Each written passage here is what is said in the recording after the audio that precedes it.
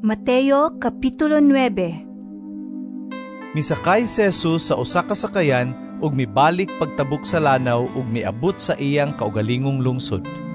Unya, may pipila ka tawo nga naghatud ngadto kaniya ug usa ka paralitiko nga gipahigda sa duyan.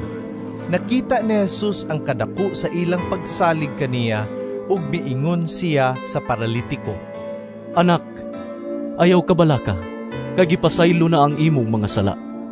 Unya, may pipila ka magtutudlo sa balaod nga miingon sa ilang kaugalingon, "Nagpasipala sa Dios kining tawhana." Nasayod si Jesus sa ilang gihuna-huna ug miingon siya, Nganong naghuna-huna man kamug dautan? Hain may sayon isulti. Gipasaylo na ang imong mga sala, ubangon ug lakaw. Karon ipakita ko kaninyo nga ang anak sa tao may gahom dinhi sa yuta sa pagpasaylo sa mga sala. Busa miingon siya sa paralitiko, Bangon, dada ang imong higdaan ug pauli sa inyo. ug mibangon ang paralitiko ug mipauli. Sa pagkakita sa mga tao niini, nahingangha sila ug gidayig nila ang Dios tungod sa paghatag niya niining gahuma ngadto sa mga tao.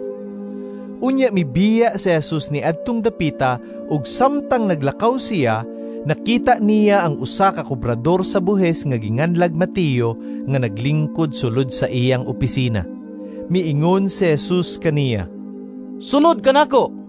Mitindog si Mateo ug misunod kaniya. Samtang nagkaon si Jesus didto sa balay, may daghang kobrador sa buhis ug mga makasasala nga miduol ug misalo kaniya ug sa iyang mga tinun-an.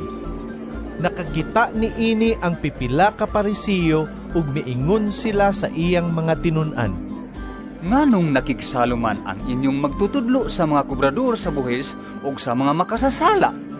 Nakadungog si Jesus kanila ug mitubag, Ang mga tao nga walay sakit, wala magkinahanglag doktor, kundili ang masakiton ra. Susihan ninyo kung unsay kahulugan ining bahina sa kasulatan nga nag-ingon, Pagkamaluluyon ang akong gusto, dili mga halad. Kay wala ako moanhi aron pagtawag sa mga matarong, kundili sa mga makasasala. Unya miadto kang Jesus ang mga tinun-an ni Juan nga magbubunyag ug nangutana, Nganong kamiraman ug ang mga Parisiyo ang nagpuas sa kanunay, apan ang imong mga tinun-an wala? Si Jesus mitubag, Naghuna-huna ba day kamo nga magsubo ang mga dinapit sa kumbira sa kasal, samtang ang pamanhunon uban pa kanila? Dili gayud. Apan moabot ang panahon nga ang pamanhunon kuhaon gikan kanila ug magpuasa na unya sila. Walay mo gamit og bag-ong panapton aron itapak sa daang bisti, kay ang bag-ong panapton mukulo man ug mudako hinuon ang gisi niini. Ug walay tawo nga mogamit og daang sudlanan nga panit aron sudlan sa bag-ong bino. Kay kun himuon niya kini, mabusbos ang sudlanan ug unya mausik ang bino ug madaot ang sudlanan. Apan ang bag-ong bino isulod hinuon sa mga sudlanan nga bag-o aron dili madaot ang bino ug ang mga sudlanan. Samtang nagsulti si Jesus niini, miduol kaniya ang usa ka opisyal, miluhod sa iyang atubangan ug miingon, Bago pa lang namatay ang akong anak nga babae, apan adtua og hikapa siya ug mabuhi siya. Busa mitindog si Jesus ug misunod kaniya ug mikuyog ang iyang mga tinun-an. Unya, usa ka babae nga nag-antos tungod sa iyang pagsigig dugo sulod sa napulog duha ka tuig, miduol sa luyo ni Jesus ug miingon sa iyang kaugalingon, Kung makahikap lang ako sa biste ni Jesus, siguradong mamaayo ako. Unya gihikap niya ang sidsid sa biste ni Jesus. Milingi si Jesus ug nakita niya ang babae ug miingon siya, Ayaw ka bala ka anak. Ang imong pagsalig mao'y nakaayo kanimo. ug diha-diha dayon naayo ang babayi. Unya misulod si Jesus sa balay sa opisyal. Sa pagkakita niya sa mga musikiro alang sa paglubong ug sa mga tao nga nagkaguliyang, miingon siya, Panggawas kamong tanan, wala mamatay ang bata, natulog lang siya. Tungod ni ini, gibugal-bugalan nila si Jesus.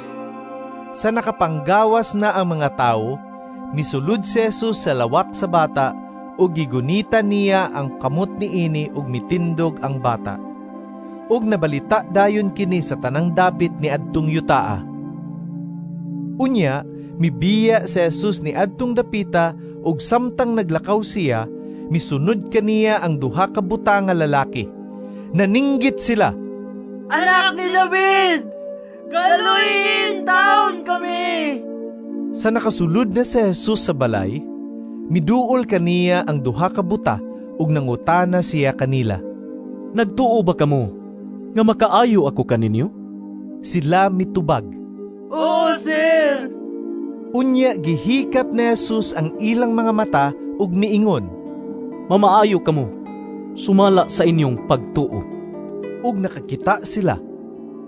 Unya gipasidan-an sila ni Jesus nga dili gayud kini isaba kang bisan kinsa. Apan milakaw sila ug gipamalita hinuon nila ang kabantog ni Jesus sa tanang dapit ni adtong yutaa. Sa pagpanglakaw na sa mga tao, dihay pipila nga nagdala ngadto kang Jesus ug usa ka tawo nga naamang tungod kay gisudlan kini yawa. Sa nahinginla na ang yawa, nakasulti ang tao ug nahibulong ang tanan nga nag-ingon. Wala pa gayoy nahitabo nga sama ni ini, dinhi sa Israel. Apan miingon ang mga Parisiyo, Ang pangulo sa mga yawa mo ay naghatag kaniya gahum sa pagpagula kanila. unya gilibot ni Jesus ang tanang kalungsuran ug kabaryuhan. Nanudlo siya didto sa ilang mga sinaguga ug giwali niya ang maayong balita bahin sa paghari sa Dios. Giayo usab niya ang mga tao sa tanan nilang balatian ug sakit. Sa pagkakita niya sa daghang mga tao, naluoy siya kanila kay nagluyaman sila ug walay kadasig, murag mga karnero nga walay magbalantay. Busa giingnan niya ang iyang mga tinun-an. Daghan ang anihunon, apan jutay ra ang mga ngani. Busa, pag-ampo kamo sa tag-iya sa anihunon, aron magpadala siya dugang pang mga ngani.